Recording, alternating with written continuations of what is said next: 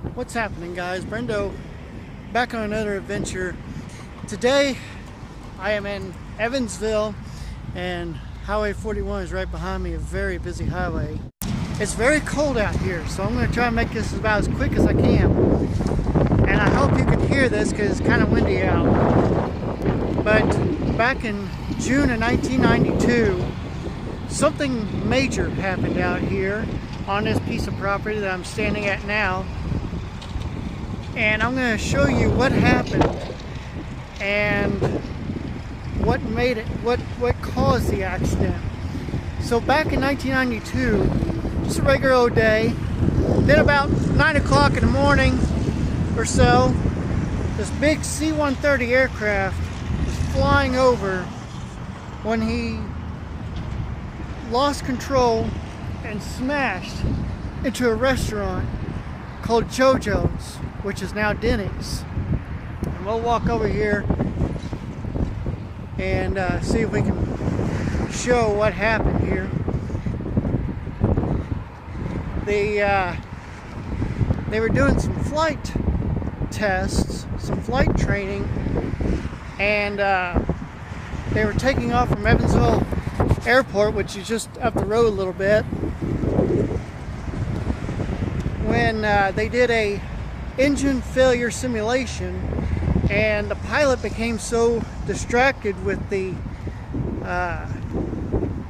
air traffic control and procedures and checklists that he didn't realize his plane was losing altitude so rapidly.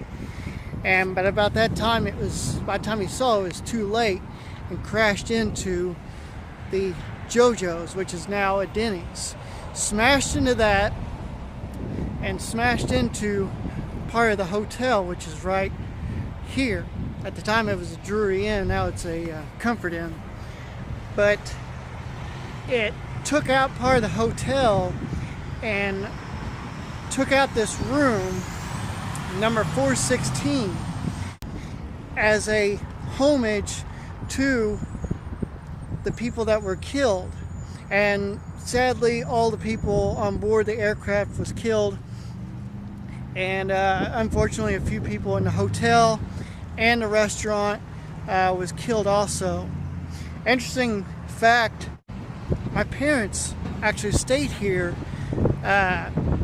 just a few weeks before that crash happened, and I think they ate at JoJo's too. And it's kind of weird that happened. I apologize for shaking the camera, it's kind of cold out here. So the accident was a terrible thing, but it was also a learning experience because, one, the military decided not to have any more of these kind of tests in a populated area. They decided to do it where it's more wide open, not as many people, and less chance of casualties.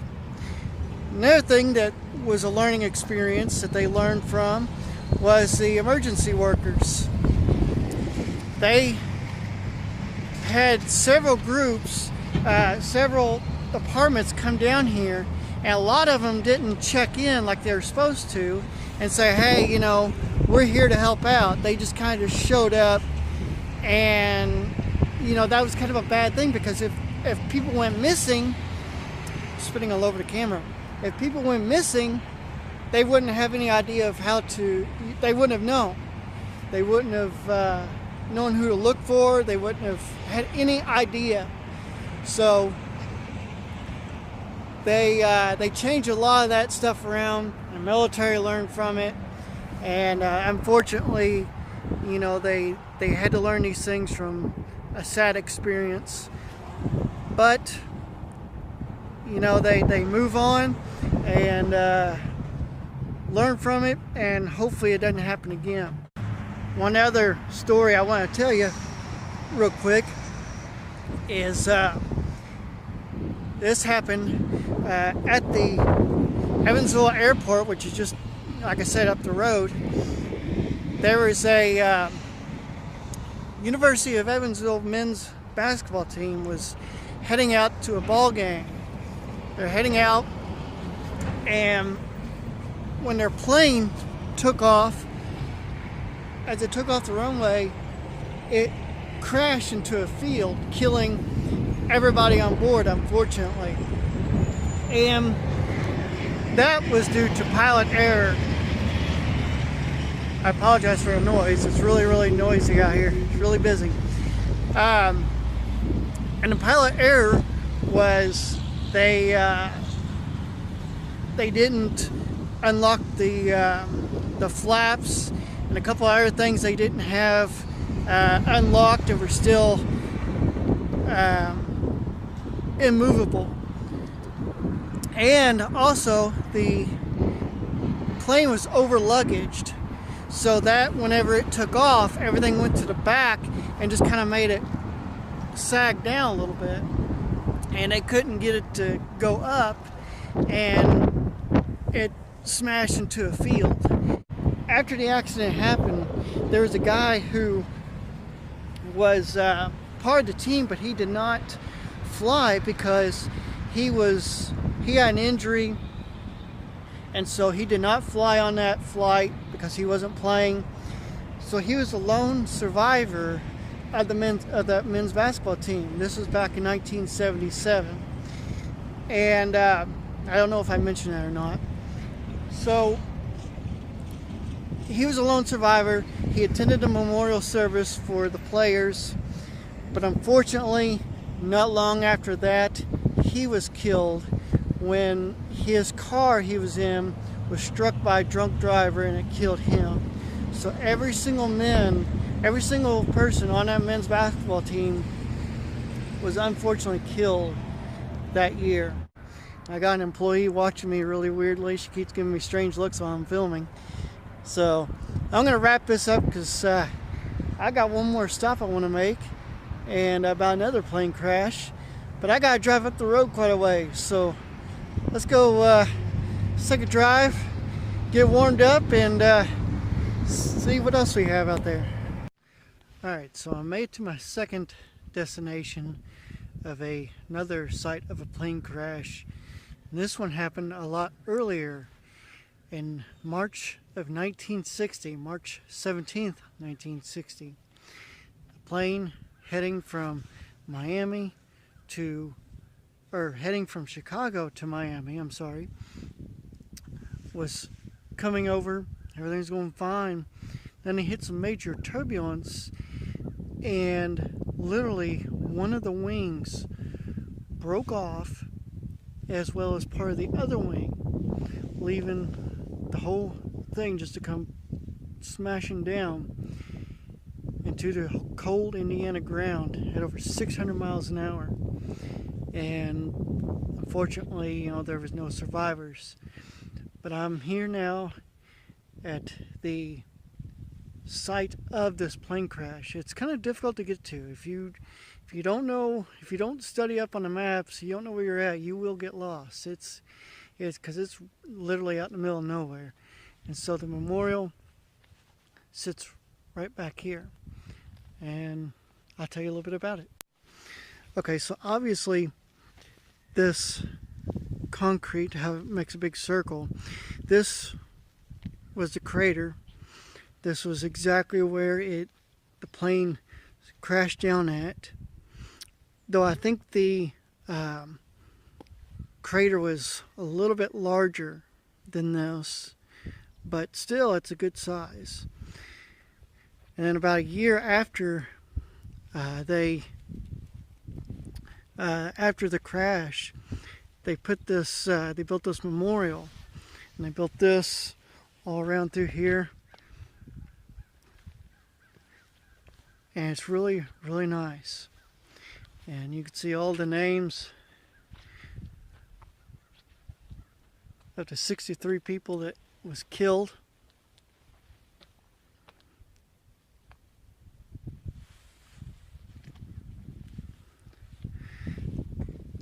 But that at first they thought it was two planes crashed because there was just so much debris scattered all out through this area that they thought there were two planes that collided. And but thankfully it wasn't. not sadly, I mean sadly there was a plane crash, but fortunately it wasn't two planes that crashed. So I'm just going to take a moment, kind of be quiet, and pay respects.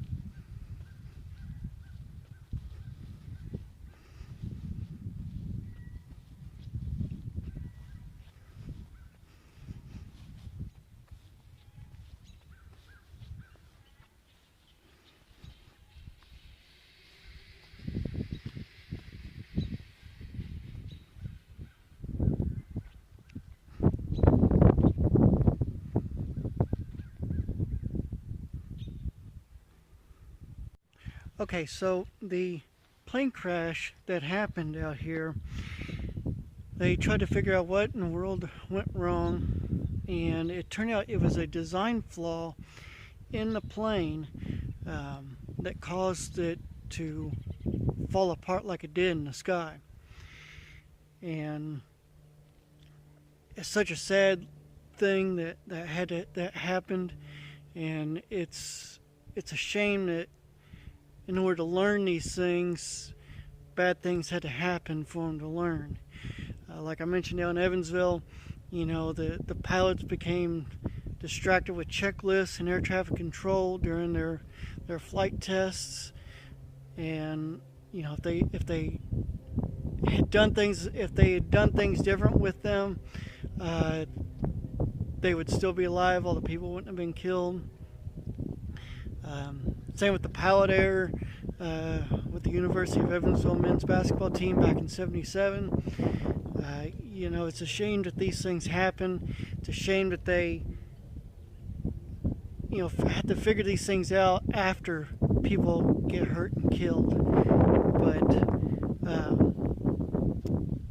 I do believe they did fix the problem. I'm not 100% sure what the type of plane was that crashed out here. You could Google that.